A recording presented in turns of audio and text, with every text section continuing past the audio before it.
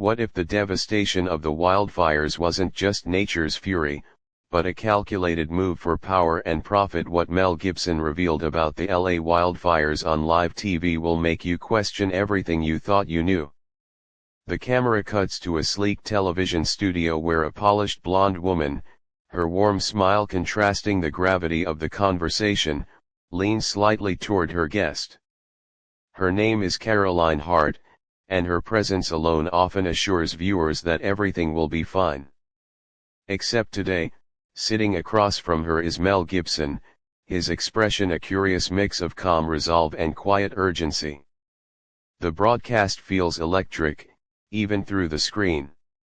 Caroline begins, her voice steady but tinged with curiosity. "Mel, you've been vocal about the wildfires tearing through Los Angeles. Your perspective, as always, is intriguing. What is it about this disaster that you feel people are missing?" For a moment, Mel doesn't speak. The pause is deliberate, calculated. The weight of his silence almost feels louder than the question. When he finally begins, his voice is low but firm. "Caroline, there's something no one's talking about, not the media, not the government, no one." The atmosphere in the room changes. Caroline's smile falters ever so slightly, replaced by a faint crease of concern on her forehead. Behind the scenes, producers exchange nervous glances. This isn't the kind of conversation they had anticipated. Mel leans forward, his hands resting on his knees as if steadying himself. "The fires. They're not random. There's a pattern, Caroline, a very specific pattern." Caroline's brow furrows deeper. "A pattern? What kind of pattern are you referring to?" Mel looks directly into the camera, his words deliberate and haunting. "The areas most devastated aren't just wildfire prone. Their places are tied to something much darker, something orchestrated. I can't sit here and not speak about it anymore." The words hang in the air, the weight of them palpable. Caroline, ever the professional, tries to maintain control of the interview, but her curiosity betrays her. "Are you saying these fires are intentional?" Mel doesn't blink. "Not in the way people think, but they aren't accidents either." The room feels charged. Phones in homes across the country light up as viewers scramble to record what feels like a defining moment. But just as the tension peaks, Mel stops, his expression unreadable. "I'll explain," he says, "but you'll want to hear all of it." But what Mel reveals next is far more disturbing than anyone could have predicted. Mel's revelation lingers as Caroline gathers herself. Her professional demeanor barely masking the weight of his words, she presses forward, her voice firm but laced with curiosity. "Let's take a step back, Mel.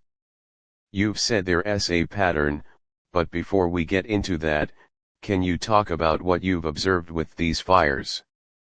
Mel exhales, leaning back in his chair, his tone shifts now, carrying a somber edge.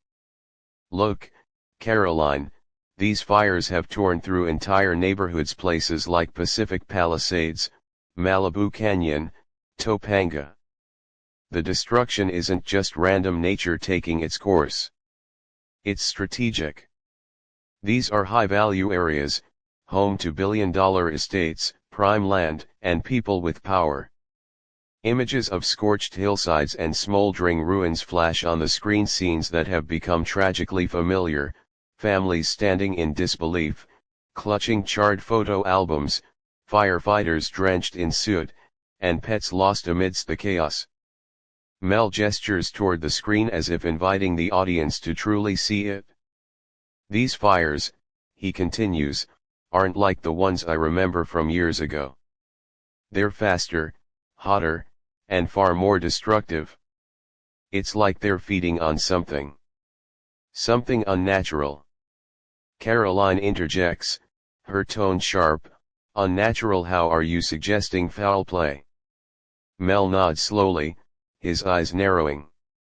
I've spoken to scientists, firefighters, and locals who've lived in these areas their whole lives. They've never seen fires behave like this. It's as if the conditions are being manipulated, accelerated. And the areas hit hardest just so happen to align with land development projects, resource extraction sites, and, well, agendas. The audience at home watches, captivated. Mel's words hit a nerve, echoing questions many had silently harbored but never voiced.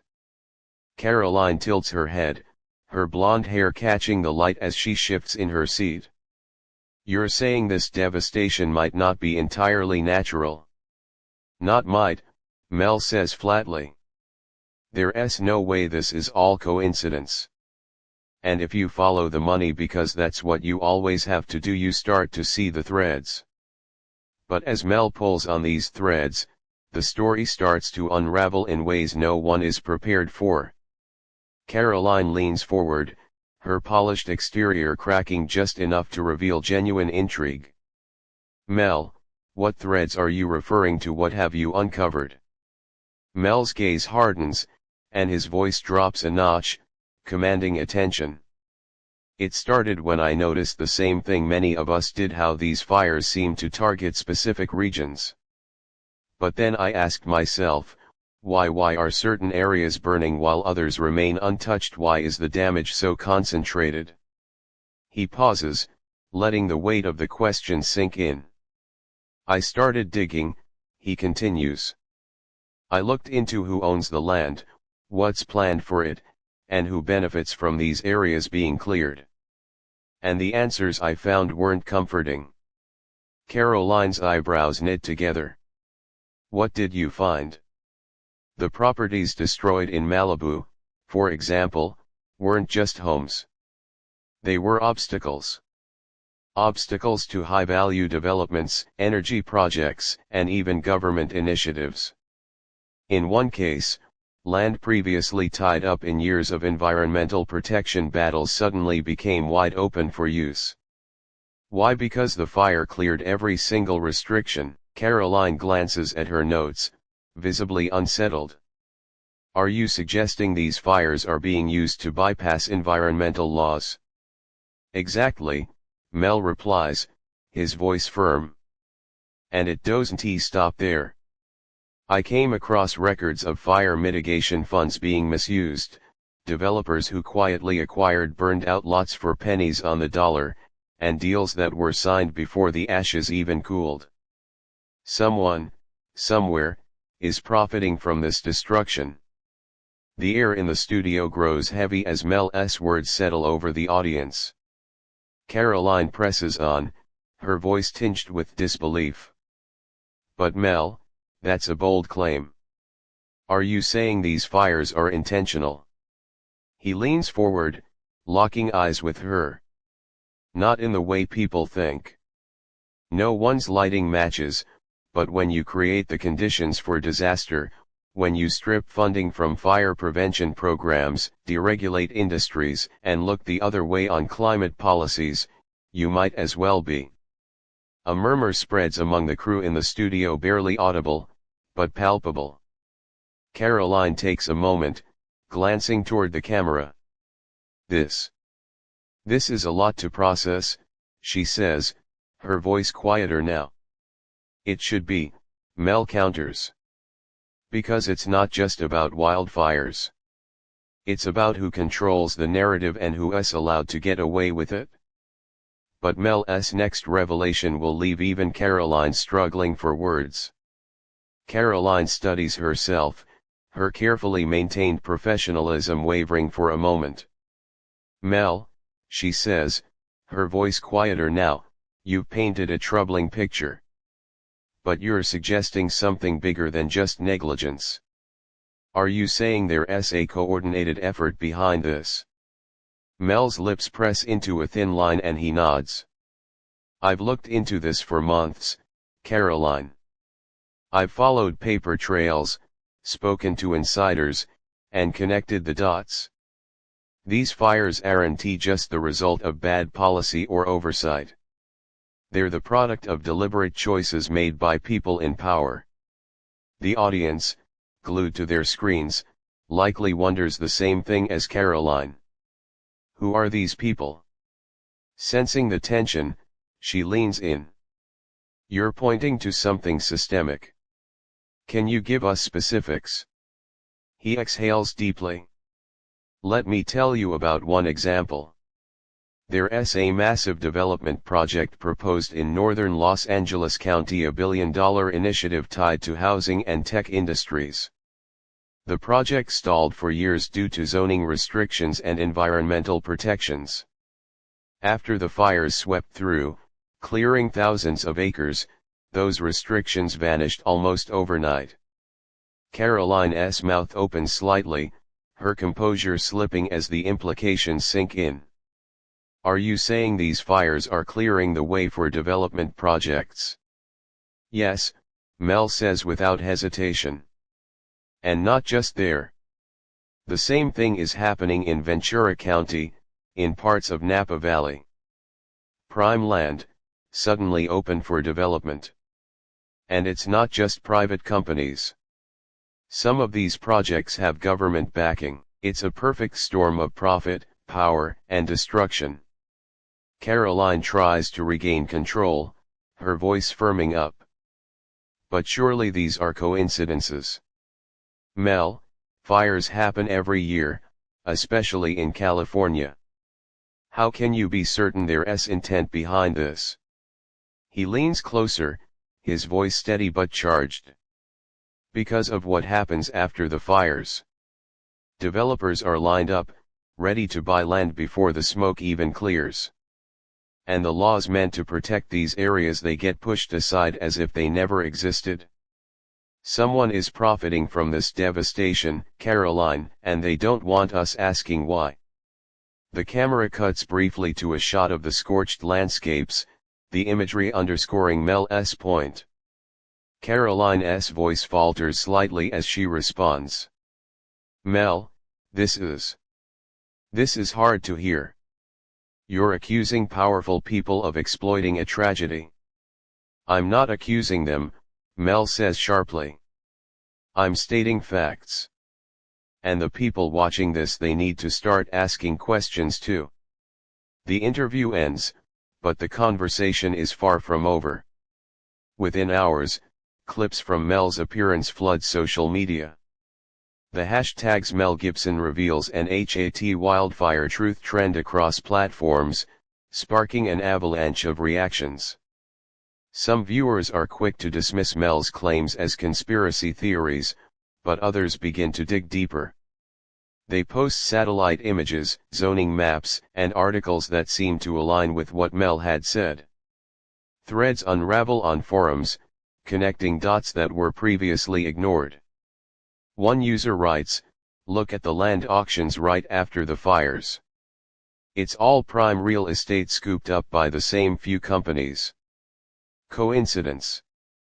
Major news outlets pick up the story. Some dismiss it outright, calling it Hollywood sensationalism, while others cautiously investigate. A late-night host jokes, Mel Gibson thinks he's cracked the case of the century.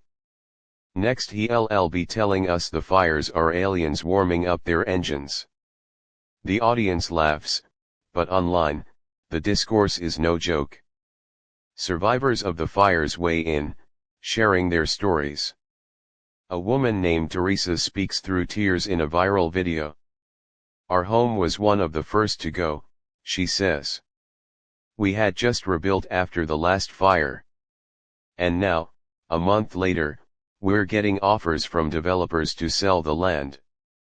It feels like they were waiting for this."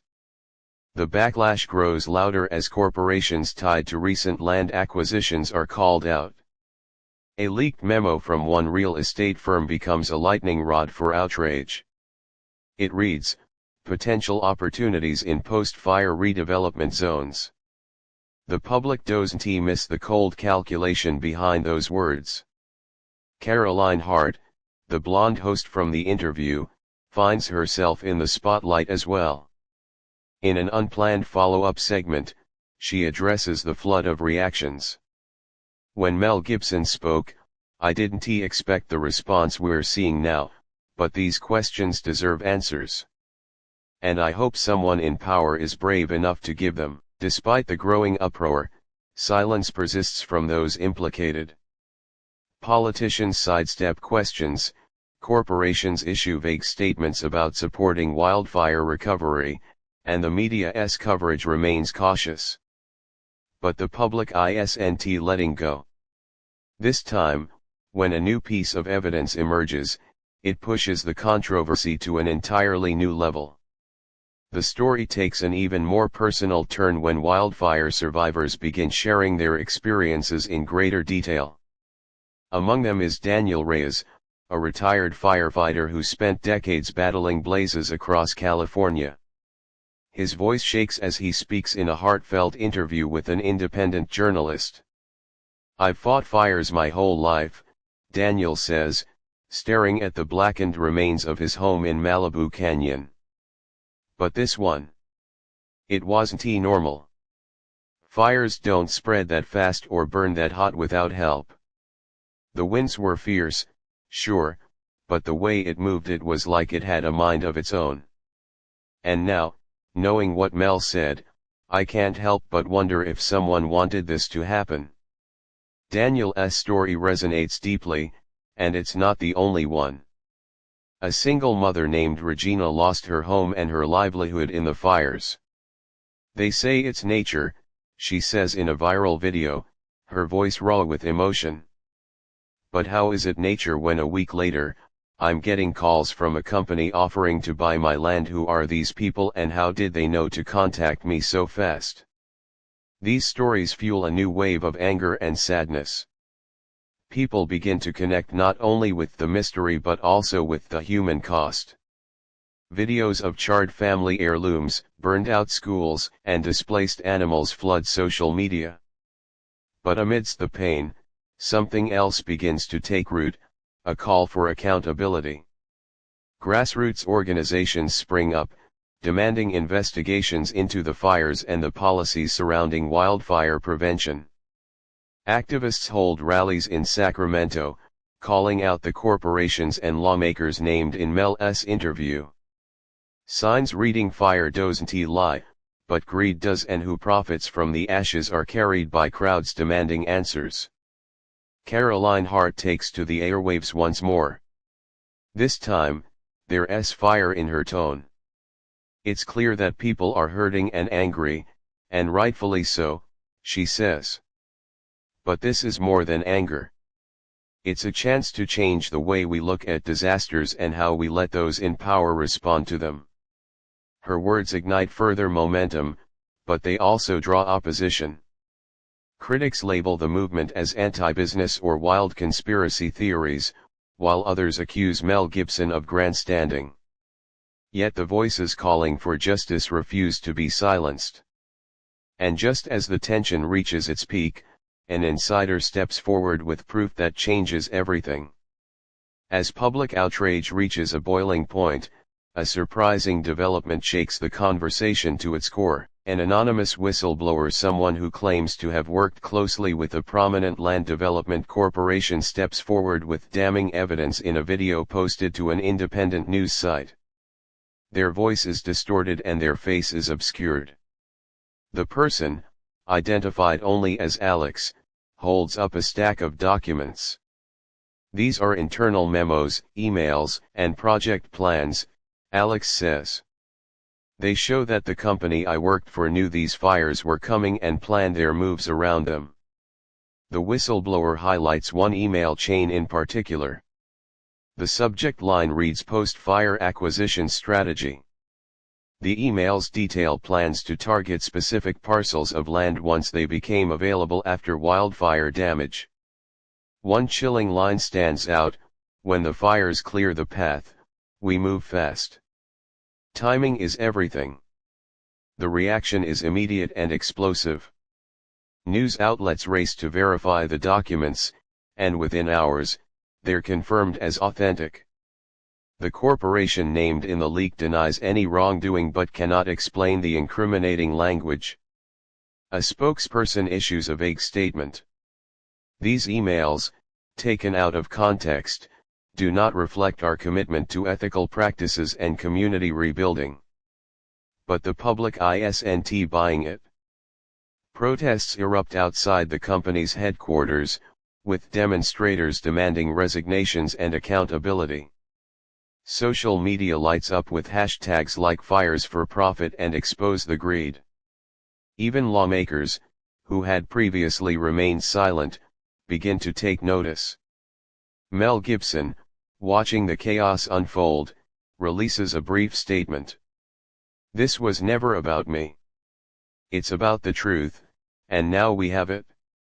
Caroline Hart dedicates an entire episode of her show to the whistleblower's evidence, inviting legal experts and environmental activists to weigh in. One guest, a seasoned prosecutor, sums it up. "If these documents are accurate, they point to criminal negligence at best, and outright corruption at worst. The outrage intensifies when more whistleblowers step forward, corroborating Alex's claims."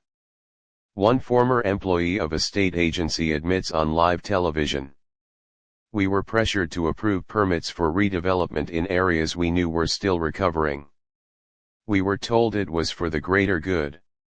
Even as the truth comes to light, the fight for justice is only beginning. The revelations from the whistleblowers spark a cascade of investigations. Federal agencies, once reluctant to act, now face immense pressure to hold those responsible accountable. Congressional hearings are announced, with corporate executives and government officials called to testify under oath. The public's demand for justice transcends political divides. People from all walks of life rally behind a simple but profound idea: no one should profit from destruction. Grassroots movements flourish, and petitions for stronger wildfire prevention policies and stricter corporate regulations gather millions of signatures. Mel Gibson, who had sparked this national reckoning, remains measured in his response. In a candid interview months later, he reflects on the journey. "I didn't come forward to make waves," he says. "I did it because people deserve the truth, and because we can't keep letting the same things happen over and over." The lasting impact is undeniable. Several corporations implicated in the scandal face massive fines and public backlash. New legislation is introduced to protect vulnerable communities from exploitation after natural disasters. And most importantly, the survivors of the wildfires find their voices heard, their pain acknowledged. Caroline Hart closes a follow-up episode with a poignant message. "This story isn't just about wildfires or corporate greed. It's about the power of speaking up, of demanding better from those in power, and of standing together when it matters most." As the credits roll, viewers are left with one final thought: the power to change the world lies not in the hands of the few, but in the courage of the many. And now it's your turn. If this story moved you, share it. Talk about it. And join the call for accountability. Let us make sure the next disaster isn't met with silence, but with action. Don't forget to like, subscribe, and stay tuned for more stories that matter.